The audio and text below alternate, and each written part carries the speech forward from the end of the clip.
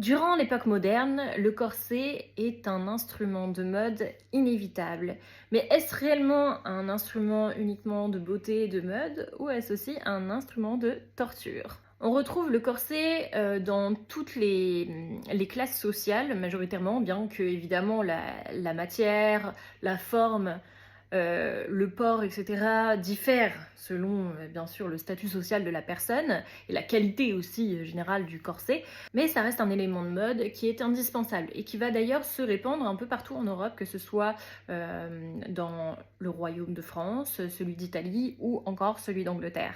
Évidemment, vous vous doutez bien, si le corset est bien plus ornementé, le corset est bien ajusté parfaitement, et par ailleurs, plus il est serré et plus vous êtes d'une classe sociale élevée. C'est-à-dire que le corset va vraiment réduire la taille de la personne, c'est vraiment très contraignant, hein, on va pas se mentir, il y a des risques au niveau de la santé, que ce soit une descente d'organes, une atrophie au niveau des côtes.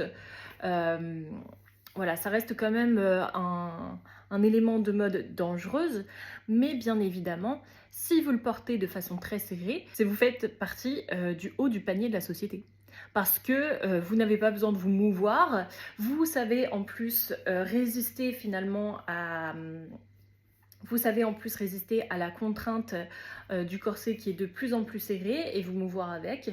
Alors que évidemment les femmes qui vont travailler directement, etc., bah, ils prennent pas des corsets aussi serrés, c'est impossible. C'est impossible de travailler avec de toute façon.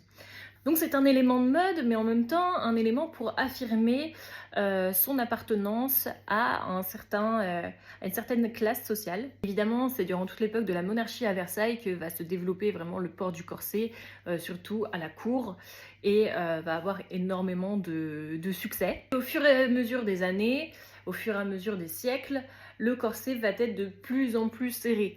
Vraiment, c'est le plus important. Malgré que finalement, à partir du XVIIIe siècle, les médecins vont commencer à mettre en avant les dangers du port du corset. Avec les mouvements féministes qui vont arriver un petit peu plus tard, pour le coup, le corset va être délaissé pour quelque chose de beaucoup plus agréable à porter et moins contraignant au quotidien.